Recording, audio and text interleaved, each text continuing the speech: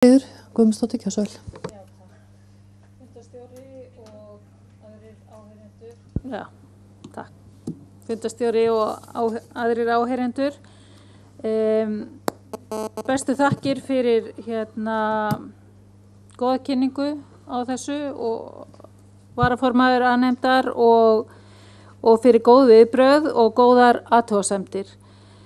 Mig langar að bregðast við þessu með mannlegu reisnina sem var hjá okkur í fyrstu greininni. Það að þessi grein falli núna út merkir það ekki að við ætlum okkur ekki að hafa mannlega reisn inni í skjalinu.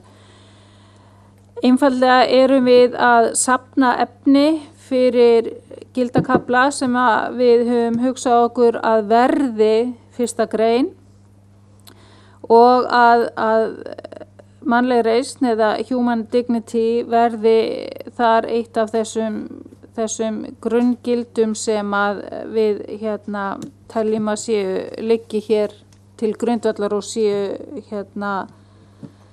séu mikilvæg til að setja í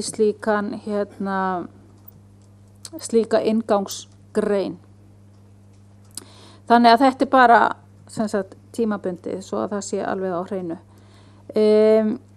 Manngreinarálit við skiptum því út til þess og settum mismununar í staðinn vegna þess að discrimination sem að þetta orð á að eða er talin viðtekin þýðing á mismunun er talin betri þýðing á discrimination og svo það auðvitað smekksatriði hvort að það sé svo. En við skoðum það að sjálfsögðu.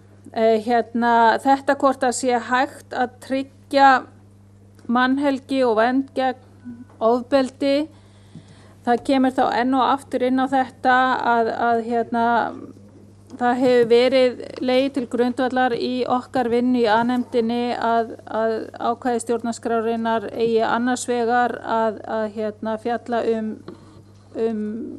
ákvæði eða atriði sem á að tryggja í lögum og hins vegar að setja fram markmið og að sjálfsögðu myndum við vilja sjá að það sé hægt að tryggja öllum vernd gegn ofbeldi og það sem við erum að gera hér er einfaldlega að segja það það sem við þurfum að stefna að og við þurfum að gera allt sem mögulegt er til þess að stefna að því meðal annars í okkar laga umhverfi.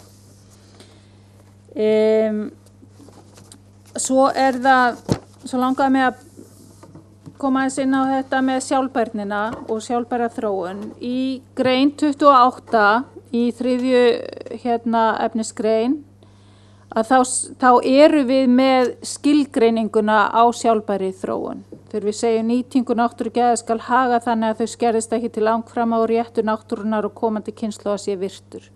Þarna kemur skilgreiningin fram og ég held að